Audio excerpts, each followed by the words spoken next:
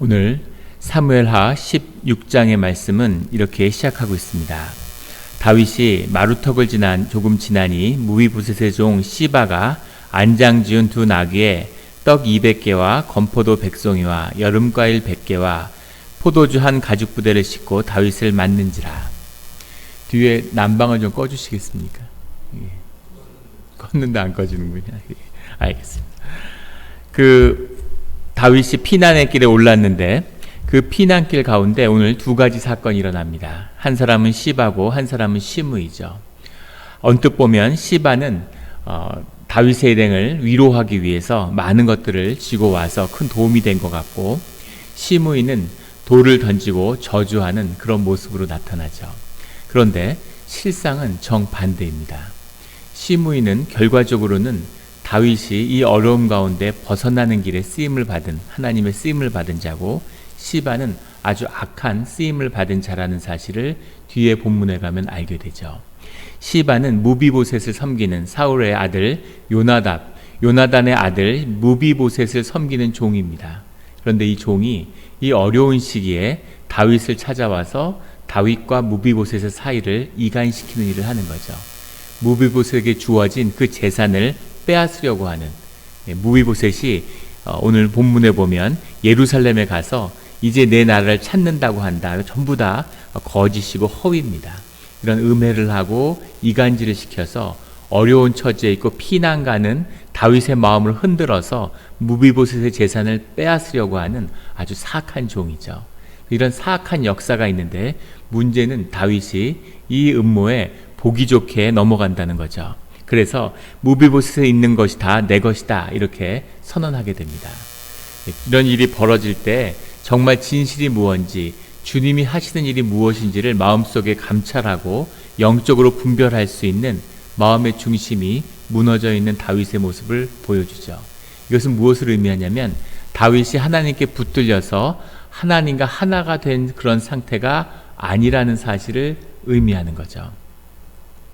또 하나는 시므이가 나타나는데, 시므이는 사울의 가문에 속한 자입니다. 사울의 가문에 속한 자이고 베냐민 지파의 사람이죠, 당연히. 그러니까 다윗이 몰락하는 걸 보고 그것을 보고 통쾌해하면서 돌을 던지고 저주하죠. 이 사악한 자여 라고 저주하는데, 이 사악한 자라는 말은 이시 하벨리알이라고 하는 우리가 성경에 자주 나오는 이야기죠. 무익한 자들, 대적의 자식 이런 뜻입니다. 이 이스라엘에서 쓸 수 있는 최악의 욕설이에요. 너는 마귀의 자식이다 이런 말이죠. 다윗에게 그런 저주를 퍼붓는데 다윗이 그 이야기를 듣고 가만히 있는 거죠. 그리고 뭐라고 얘기하냐면, 지금 왕이 피난을 하지만 왕의 600 용사가 다 따라가고 있습니다. 그런데 거기다 돌을 던지고 저주를 하고, 이것도 사람의 일은 아니죠. 어떻게 무슨 배포로 이렇게 나와서 살 수 있겠어요.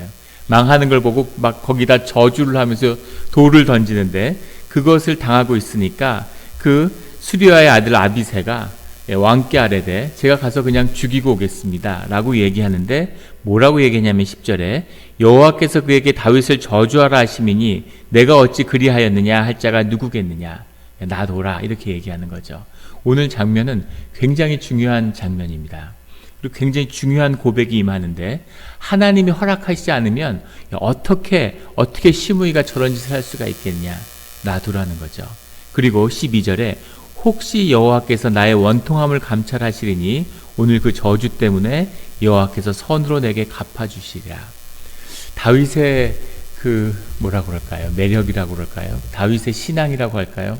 다윗의 아주 좋은 점은, 하나님이 왜 평생 다윗과 함께 하셨을까? 다윗은 정말 중요한 순간에 늘 하나님이 구하시는 그런 모습을 보여줍니다. 가장 중요한 순간에 하나님이 어떤 분이신가 하는 것을 드러내는 그런 모습을 다윗이 보여준다는 거죠. 하나님이 구하시는 상한 심령입니다. 상한 심령이라고 하는 것은 깨어진 심령이죠. 자기 에고가 죽은 심령입니다. 우리의 에고를 십자가에 못 박으란 얘기는 바로 깨어진 심령, 그 깨어진 심령이 된 자만이 주님과 함께하고 주님을 만날 수 있는 거죠. 깨어진 심령을 가진 우리 모두가 되기를 주의 이름으로 축원합니다. 자꾸 깨어지고 낮아져야 되는 거죠. 그것이 우리 심령의 비밀인데, 그렇게 낮아질수록 주님께 더 다가가는 겁니다. 깨어졌다고 하는 의미는 깨어졌다고 해서 겸손해졌다고 해서 그 사람이 온전한 성품을 갖췄거나 또는 하나님께 붙들림 받은 그런 사람이 되었다는 뜻은 아니에요. 그것은 또 다른 차원의 이야기죠. 하지만 깨어진 심령을 주님이 만나고 그의 기도와 그의 처지를 주님이 보살피고 들으신다는 것은 분명하다는 것을 성경이 우리에게 말씀하고 있는 거죠. 다윗은 왕입니다. 그런데 그의 에고가 산산이 깨져버린 거죠. 그래서 시므이의 저주 앞에도 그것이 주님이 주시는 말씀인지 어떻게 하느냐라고 반응하는 거죠. 아직 에고가 살아있었으면 내가 이런 처지가 됐다고 저런 놈이 나를 모욕해? 저 가문부터 작살내고 도망을 가야 되겠다. 이렇게 생각할 수도 있겠죠. 악이 받쳐서 자기 악을 투사할 수도 있을 겁니다. 더 악하게 하고 끌어다가 추국을 하고 누가 너한테 그런 일을 시켰느냐? 너희 집안의 동조한 자가 누구냐? 아니면 베냐민 지파에게 보복을 하면서 갈 수도 있었겠죠. 그런데 그렇게 하지 않고 그 모든 일을 하나님의 뜻으로 받아들였다는 겁니다. 그리고 하나님이 바로 그 다윗의 깨어진 심령과 그 기도를 보고 다윗에게 은혜를 베푸셨다는 거죠. 이것이 굉장히 중요한 고백이에요. 이 고백을 받고 이 고백이 우리의 고백이 되어야 됩니다. 우리가 십자가를 만나야 된다. 십자가에 우리를 못 박아라. 이렇게 이야기하는 것은 우리의 에고를 못 박고 거짓된 나를 못 박아 죽이고 참된 나로 주님 앞에 서야 한다는 의미입니다. 주님 앞에 나오면 주님의 처음에 다 교회 나오면 좋아하시잖아요. 전도하고 교회 나오고 기뻐하고 그것은 아직 신앙이 아닙니다. 하나님이 나의 모든 못난 모습, 나의 모든 무너진 모습, 죄된 모습을 용납해 주시죠. 죄인과 창기와 함께 밥을 먹고 같이 품어주시는 주님을 만나는 거죠. 그러니까 그게 좋은 거죠. 나를 인정해주고 나를 낳아준 부모도 나를 인정해주지 않는데 나를 받아주고 나를 용납해주는 주님이 좋은 거죠. 그런데 그것은 아직 신앙이 아니라 신앙을 만나기 위한 시작일 뿐인 거죠. 그래서 주님과 함께하고 주님을 만나면서 내 자신을 찾아가는 그 길들을 쭉 가게 되는 겁니다. 그 끝에서 주님의 은혜도 나누고 오병이어도 나누고 많은 일들이 있는 거죠. 내 안에 쭉정이가 자라지만 쭉정이가 가득한데 주님이 그 안에 자라는 알곡이 귀하기 때문에 그 쭉정이를 버려두시는 거죠. 우리 칩그레이스가 범람하면서 20세기 기독교가 타락하면서 마치 그게 은혜인 것처럼 생각하는 거예요. 그게 은혜가 아니라 쭉정이를 다루고 알곡을 추수하는 것이 은혜입니다. 그때가 다가오는 거죠. 그것을 십자가라고 신약은 이야기합니다. 그 십자가를 지나야 거기서 내 에고를 못 박아야 그리고 부활의 주님을 만나야 그래야 신앙인 거죠. 주님께 의지하고 주님의 힘으로 살아가는 세상의 공중권세 잡은 자의 종로를 타는 것이 아니라 주님의 자녀로서의 삶, 신앙의 길이 그때 비로소 시작되는 겁니다. 그런데 신앙의 길을 가는 사람들이 너무 적은 거죠. 좁은 길이지만 교회가 거듭나야 할 이유입니다. 그래서 교회 가운데 맨날 은혜가 필요하다. 은혜 하는데 은혜가 뭔지를 모르는 거죠. 똥을 싼 자리에 주저앉아서 은혜를 달라고 그렇게 이야기하는 겁니다. 주님은 일어나라고 말씀하시는 거죠. 일어나는 것이, 주의 이름으로 일어나는 것이 은혜입니다. 매일 상처받았다. 누가 나한테 나쁘게 했다. 그 모든 교회 가운데 고백의 핵심은 아직 내 에고가 다루어지지 않았다는 겁니다. 내 에고가 죽어야 돼요. 그러면 상처가 없습니다. 상처받을 게 뭐가 있습니까? 다 거짓인데. 그것을 물론 에고라는 것이 죽여도 또 살아나고 또 살아나죠. 죽이고 또 죽이는 것. 매일 새벽마다 나와서 십자가에 나를 못 박는 것. 이것이 신앙의 기초입니다. 느끼실 거예요. 이틀만 새벽 기도를 안 하면 또 에고가 자라나서 뭐가 좀 된 것 같고 답답하고 내가 왜 여기서 이러고 살고 있나? 내 삶은 왜 이렇게 됐을까? 내일은 어떻게 될까? 염려와 불안이 에고로 끌어당기는 아마 그런 것들을 경험하실 겁니다. 그것을 십자가에 못 박는 것이 신앙입니다.